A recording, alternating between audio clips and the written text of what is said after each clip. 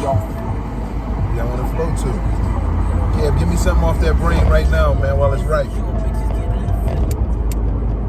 Give me something that give me a good riff off of, man. Give me a good soulful jazz riff.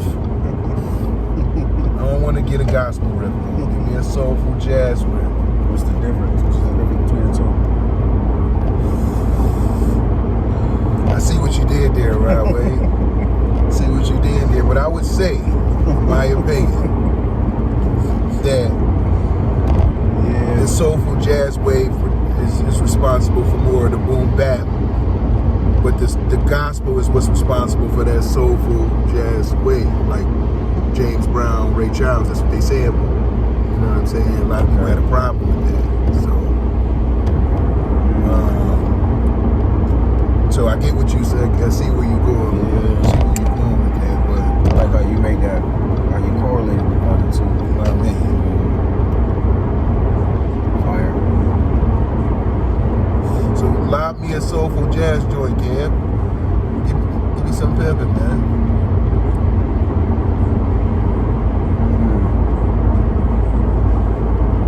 Let's solve a problem in 12 minutes.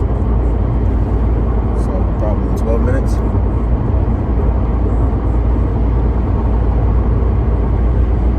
That's the kind of conversations I like, man. That's what 19 Keys will call a high-level conversation, and that's where some people that don't like the idea of thought leadership, they be like, oh, you're gonna solve the world's problems, you know, that kind of thing. So I like to poke fun at it every now and again and say, let's solve the world's problem in 12 minutes.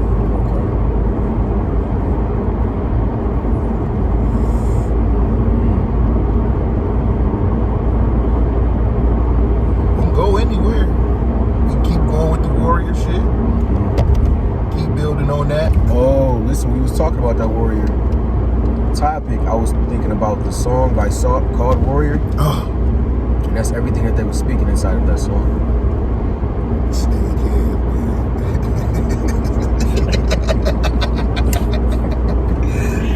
man. Yeah, okay, so give me some of what they were saying, Rod Wade. I was trying to think of the lyrics. A lot of times I'm hearing the melody. Gangsta. Warrior. Boom. Rasta. Boom. Black, black. Boom. Boom. Right. And I've been loosely studying Rastafarianism for some time. Okay. You know, which is deeply embedded in Ethiopian culture. Never knew that. You know what I mean? Lion of Judah and all that. You know, they're like the oldest Christians on the planet. You know what I mean? That's true.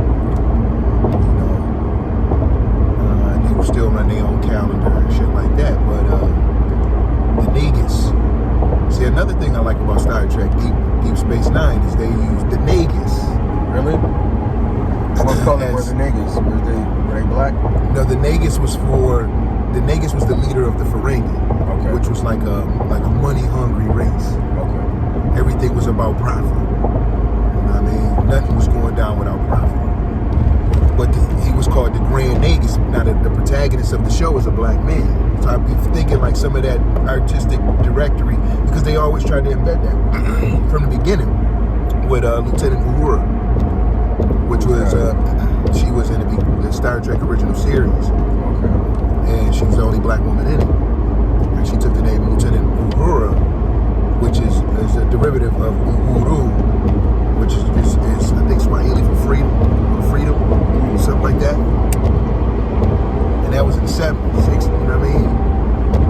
So they put stuff, cultural pieces from all over the world up in there. But because he's that protagonist, I think little things like that was in there. But that's a tangent. I don't even know how the fuck we got to. But that warrior shit, like, as pertaining to Kev, like some other shit I was thinking about is, warriors ain't never really about the bread, like, too much. They make the bread, stack the bread, like even spies. Spies is about the crab. Spies might accumulate 2 million, 20 million, and think of a day where they out the game. But their family usually just reap the rewards of, this person's deeds. So feel like if Kev's philosophy is true, and we are these kind of warrior guys, then it takes for us to plan a different way now, right?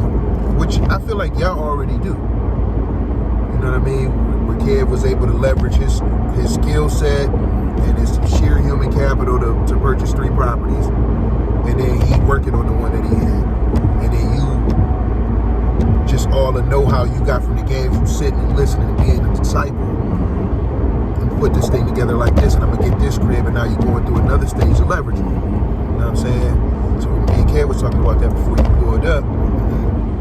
Whereas a warrior nowadays has to learn how to protect something larger, has to cultivate something larger. You know what I mean? Instead of just being a part of the community, some things is for the community. You know what I mean? Like, because some things it's gonna take for folks to assimilate to you a little bit. You know what I mean? And I mean that in the best ways. You know what I mean? Because what if you see? What if we had 100,000 youths coming out the east side? We have 50,000 Kevs coming out the east side. Right. You know what I'm saying? So part of being that warrior is looking out for everybody around you and everywhere that you've been, like everywhere that you came from, everyone that's influenced your path. You become an impact, right? You become a rock that dropped. You become what happens when the rock drops into water. That ripple effect. You know what I'm saying? Because what you giving a motherfucker, they can go give the same kind of way. You can go feed motherfuckers, you know what I mean, off of this kind of shit. So now a warrior has to become like a steward in a sense at the same time, but like with the guts of like a shop steward, of a union man. Okay. You know what I mean? You gotta kind of like, you still gotta be tough, but you don't have to be battlefield tough. You don't gotta be slicing the motherfucker open. You know what I mean? But you gotta still, you know, stand on business. You know?